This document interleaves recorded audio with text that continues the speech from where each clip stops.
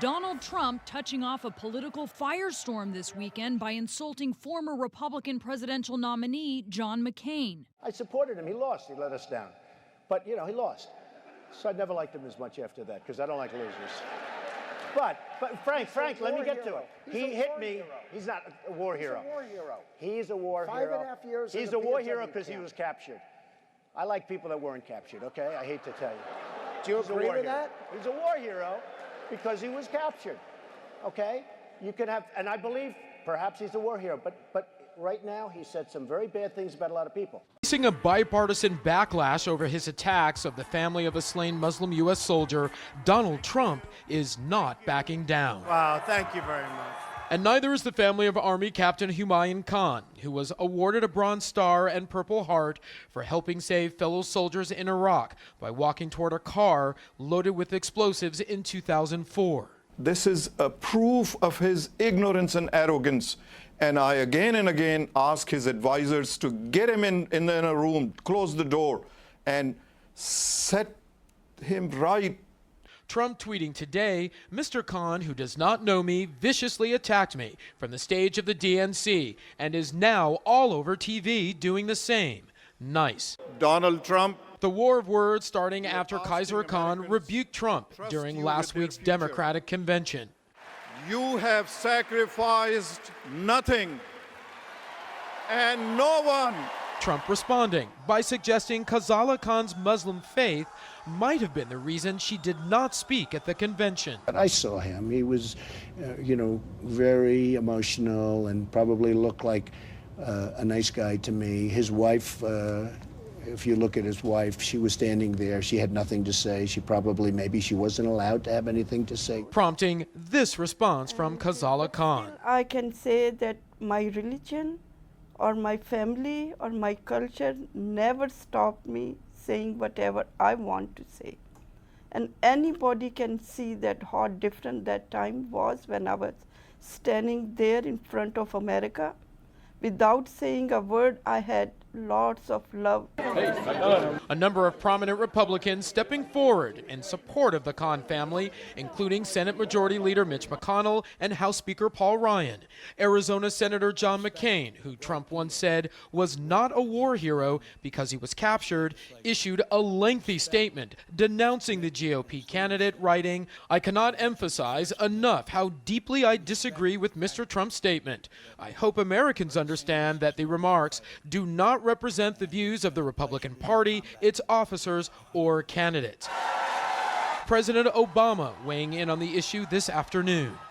No one has given more for our freedom and our security than our Gold Star families. Well, the 5-time draft dodger Donald Trump is back in the news for disrespecting soldiers again. So here we go. This is becoming pretty common with him. We're learning new details about an incident that turned physical at Arlington National Cemetery during Donald Trump's visit there on Monday. It happened while Trump was in Section 60, the burial site for recent U.S. casualties. Trump suggesting on Truth Social that the problem stemmed from his campaign's use of photography. CNN's Elena Treen has more. Well, per my understanding, Arlington Cemetery, you're not supposed to have any kind of campaigning. So when I went there, it's all over. So on that from Washington, what happened here? Right. Well, Sarah, so a lot of back and forth from both sides, the Arlington National Cemetery, but also the Trump campaign on what exactly did happen. But what we know is that some people who worked at the cemetery. Just watching him bend down and put that down, like, even that was somehow disingenuous. Had blocked members of Donald Trump's team, members of his campaign on Monday from attending and participating in some of the wreath ceremony when Donald Trump was laying some of the wreaths on Monday to honor the 13 fallen U.S. service members who were at. You know that he totally went to one of his staff members and said, "I have to do this 13 times. Kabul's Abbey Gate during the little noise that he made when he got up would have been hilarious. Just, chaotic withdrawal from Afghanistan. Now, I'm going to break down some of this for you. So the big question here is about whether or not Donald Trump was able to, participate in partisan events, as the cemetery calls it. Why? That's what I was talking about. It says no campaigning like all over the cemetery. I don't understand how this isn't campaigning.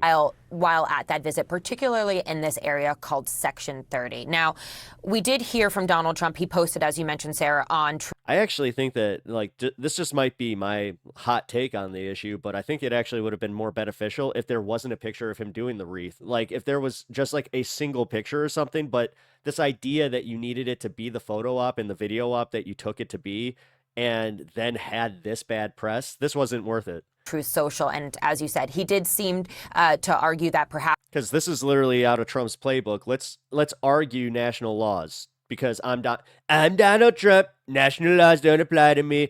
Didn't you see the Supreme Court's decision? This was because of I'm still the president. Oh, wait a minute. What do you mean I'm not? Photography. This is what he wrote on Truth Social, and they also included a post or a letter from the families who said that they had supported this effort. He had said, quote, "We had given our approval for President Trump's official videographer and photographer to attend the event, ensuring these sacred moments of remembrance were respectfully captured, and so we can cherish these memories forever." And that is from the families of some of the service members who were killed during that Afghanistan withdrawal a couple years ago.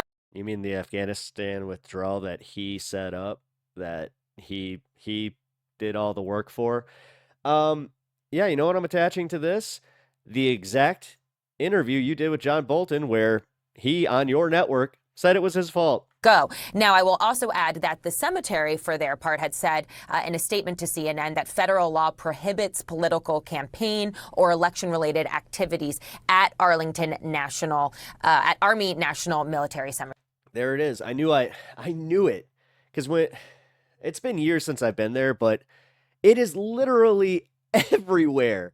It's with the rules of the public, and then they even had special rules for politicians, which I remember asking my dad about that, and he just said, he's like, yeah, well, they have to block certain things from being used in campaigns because then everybody's going to use dead soldiers in their campaigns. Cemeteries, excuse me. So, which is disgusting. That's where some of the dispute is here. Now, I will say NPR was the first to report some of this. They had said that they had heard from someone at Arlington National Cemetery who said that there was a physical altercation between members of the cemetery staff and Donald Trump. Well, if it was up to Donald Trump, NPR wouldn't have been there because NPR wouldn't exist.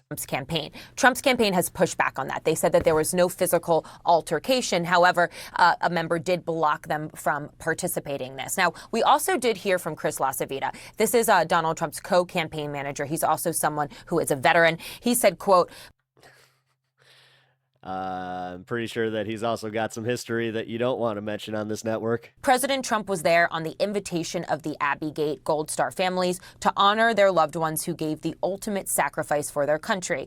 For a despicable individual to physically prevent President Trump's team from accompanying him to this solemn...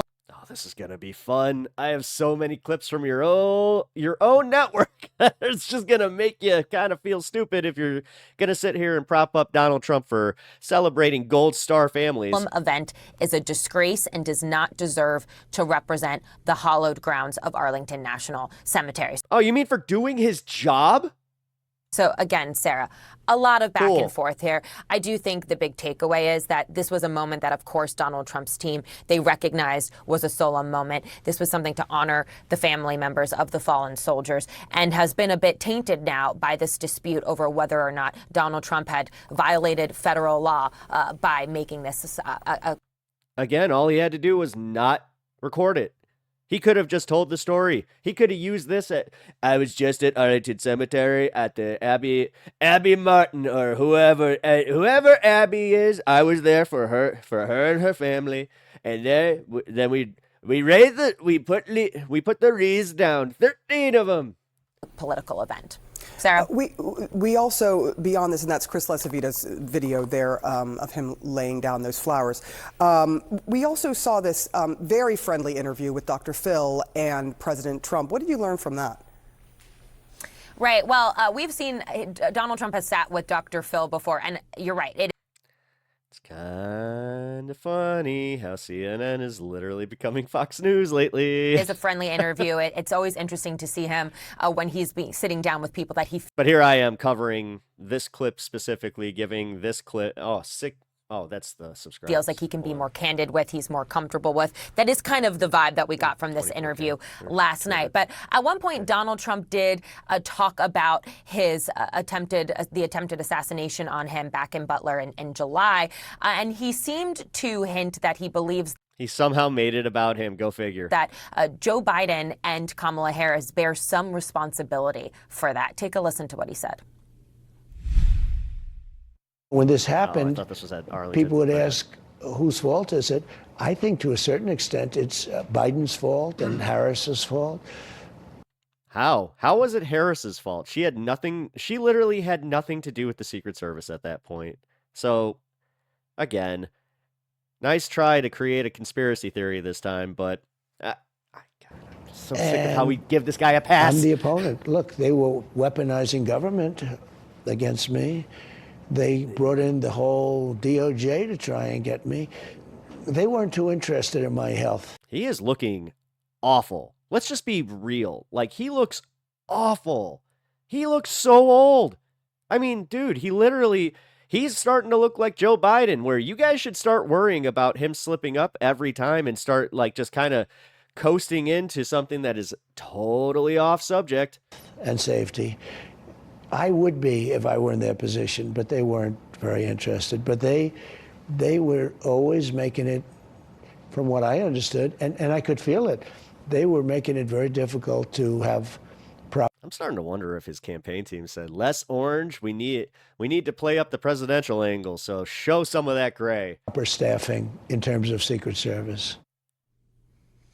Okay, Sarah, so first of all, I just want to be clear that there's no evidence whatsoever that President Joe Biden or her blank stare before she said that, you knew that she had a little bit of a personal thing where she was just like, no, that's enough of this. Vice President Kamala Harris have tried to purposefully, make it more difficult as it relates to Secret Service staffing for Donald Trump. But the point about the rhetoric is something we actually have heard Donald Trump and many Republicans argue, that it was the rhetoric and the language that Democrats use against him that contributed to this person attempting to shoot Donald Trump. And so a lot to unpack there. I think you're going to probably... They are so mad that it wasn't, a trans Democrat. They're so mad that it wasn't an Antifa thug or any of that. They're just so mad that it just turned out to be another white kid with a gun. Continue to hear some of this, and as we know, as we move closer to November, a lot of these attacks are getting more personal, more nasty, and that's kind of where Donald Trump laid this yesterday. Hey, let him do it. Let him do it, because we've seen exactly how that tracks with the public, so give us all of that. Let him bury himself. Because I think that this Arlington Cemetery thing, as I was kind of saying, this wouldn't be a thing if he had a little bit of humility. If he was, kind of just a normal politician where he would kind of go, oh, you know what? This is very disrespectful. I don't want to make this about me. This is about the soldiers. Couldn't even do that. He had to make it about him and his PR. And then they did this where it became a media frenzy when you had one worker who had the balls to just be like, listen, I don't care who you are, man. Like, this is the rules. You will respect these rules, because the way that he probably saw it, or they probably saw it, I don't know if it was, but the way they saw it was like, oh, you're just disrespecting our troops. Every single troop in this cemetery, you are somehow going and pissing on their memory, All right. Elena Shireen, thank you so much. Ooh, I don't know what just happened there. The screen just went black for some reason. That was weird. Anyway, but yeah, I think that it's kind of more despicable. If that person got fired, that should be a way huger story, because that person got fired for doing the right thing, if that is the case, which I'm going to go out on a limb and just say that they probably did get fired, but you know what? Let's do this in real time. Why not? Oh, geez. Okay. Weird. I just had a weird power outage that didn't shut off my computer. Huh. I thought I heard it like get kind of nasty outside again. Man, it's getting bad.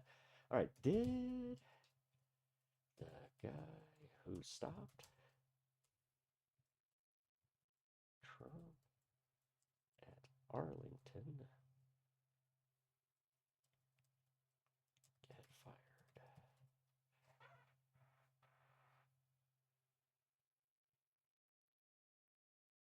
Ooh, yep.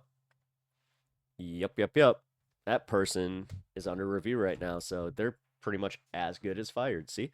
That was kind of my point right there, where it's just like, no, the guy that honestly does give a crap about all of the people that he is protecting the memory of, he's the one that's taking the hit here, all because Donald Trump needed his little publicity moment. And it's kind of whack because he's the one who initiated the withdrawal from Afghanistan, and his own advisors were just saying this wasn't going to go any differently. And honestly, the fact that you kept them there was setting them up for failure, because John Bolton said that there just should have been a unilateral pullout where I'm so immature. Sorry. But they should have just left. They should, because now Donald Trump, listen, we gave him, but he was sitting there inviting the Taliban to Camp David. So let's not forget that, okay?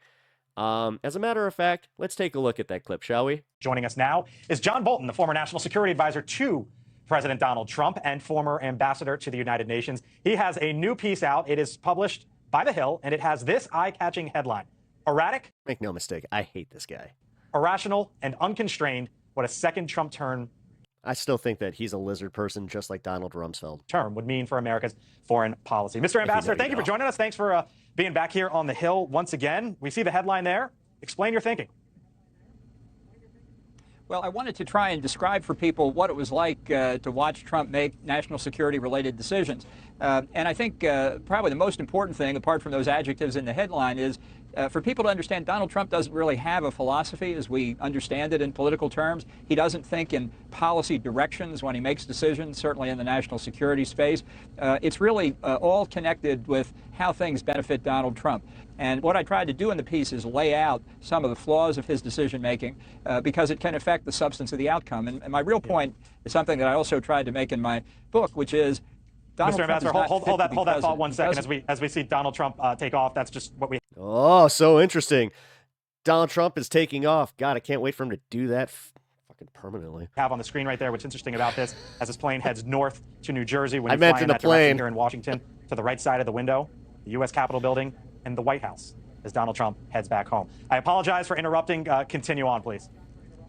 I mean, it was super important. Yeah, it was super important to interrupt with because you know what? Bye. No, at least he's not flying the plane. He's probably not competent to do that either. But I think this is very important for Republican candidates to internalize. With a few exceptions, they have been reluctant to criticize Trump, or even when they have, they said we don't need the drama or we don't need the personality. It's the fact that the person himself, in any other time, and certainly going back to 2016, it's almost inconceivable he would have been nominated for president by a major party. And but you know, Mr. Ambassador, you were in that risk. I mean, you played the game. Like, that's what's really funny to me is watching somebody like him have to just suffer through it, where they got what they wanted. They got a Republican in office, but it wasn't the Republican they wanted. And then just watching them try to babysit him through those 4 years was hilarious. Watching Rex Tillerson, you know, who had no business being the Secretary of State, just quit because he's just like, yeah, my boss sucks. Yeah, you were in that White House for quite some time. I was covering you when you were there, and I didn't hear these concerns lobbed then. And as it relates to Republicans in general, they say, look, not a bad track record. No new wars. He left the Iran nuclear deal, peace deals throughout the Middle East. He reworked trade deals. I know you have questions and concerns about going forward, but when you look at well, if it was up to him, he would have started a war with Iran during Trump's presidency. I think that's why he's salty. The actual record, Republicans say not bad, right? Well, let's talk about. And also this idea that we have started new wars. Like, somehow Trump and like the Republicans are trying to blame Ukraine and the situation in Gaza on the U.S. and Biden specifically. Yeah, this was all Joe Biden's fault. About no new wars. He negotiated a deal with the Taliban that Biden later implemented that was a disastrous mistake for America and for our national security in the world. He did not. Yeah, you wanted us to stay there for a lot longer. You didn't even want a withdrawal. Put forward a really effective effort to squeeze the Iranians after he got out of the nuclear deal. He did not deal with the threat of terrorism from Iran effectively. He threatened the existence of NATO, and I think in a second Trump term would almost certainly withdraw from NATO. He was extremely erratic in his handling of the Venezuelan opposition in their efforts to overthrow the authoritarian Maduro regime in. Yes. He's not going to start any new wars, but he's just going to let everybody else start new wars and just sit there going, it wasn't me. Venezuela. I mean, there's a long list here. And I think those who make these claims about what Trump did in his first term don't really understand how we got to the places we did, because many of the things they now give Trump credit for, he wanted to go in the opposite direction. I'd be remiss if I didn't ask you about Ukraine, sir, and the ongoing conflict there and your thoughts. There was a story out in Forbes recently, and the headline there is 5 ways the Ukraine war could become a nuclear conflict. And I'm just wondering, sir, very briefly, if you believe that that is a possibility. Well, there is a possibility. I think. Gotta love Forbes. Gotta love Forbes. Not like they're, they've been cheering on a recession for the past 2-3 years. Not like they've literally been trying to make every single thing that goes wrong in the world Biden's problem. Come on. Why do we even listen to Forbes? Why do we as an American people allow that magazine to even be a thing? Like, who the hell is making under $1 million and buying Forbes? I would love to know that, because if you're one of those guys, really? What are you doing? Do you really? It is so crazy how these people who make just a teeny little fraction of the money that these people make, and they're just like, I'm rich. Yeah, capital gains bad. I gotta protect all of my income and my future income. We've seen the Russians rattle the nuclear saber, and you should always take that seriously. But at this point, there's no evidence that that's in the cards. I think where it could be possible would be if Putin himself felt he was threatened with. You mean like right now, where he's got his own oligarchs that are probably looking to, with loss of power in Russia? I don't see that happening yet. I think the real question is whether the current Ukrainian offensive ends in gridlock and Putin takes advantage of that to get politically and diplomatically what he hasn't gotten so far militarily. And I'm worried about the Biden administration's staying power. I'm worried about the staying power of a lot of Europeans, too. All right. Ambassador John Bolton, thank you for your time as always. I'm sure we'll have you back again. Appreciate the time. Yeah. As I said, I hate that guy. He's like the Republican classic guys. I remember him kind of from the Bush administration. He was definitely a war hawk, always talking about how we need to, it wasn't good enough that we were in Afghanistan and in Iraq, but we wanted to push into Iran. Like, that guy wanted us to just control the Middle East, period. But that should also speak to, you know what? One of the very worst right-wing Americans still thinks that Trump is worse. So that should really put it in perspective for you. But anyway, you know the deal. Leave a like, comment, subscribe. I'm on my way to 1,000, so I really appreciate any of the support. I also just do appreciate you being here. I didn't think that this was ever possible. So I really appreciate you taking a watch, and yeah, I'll see you in the next one.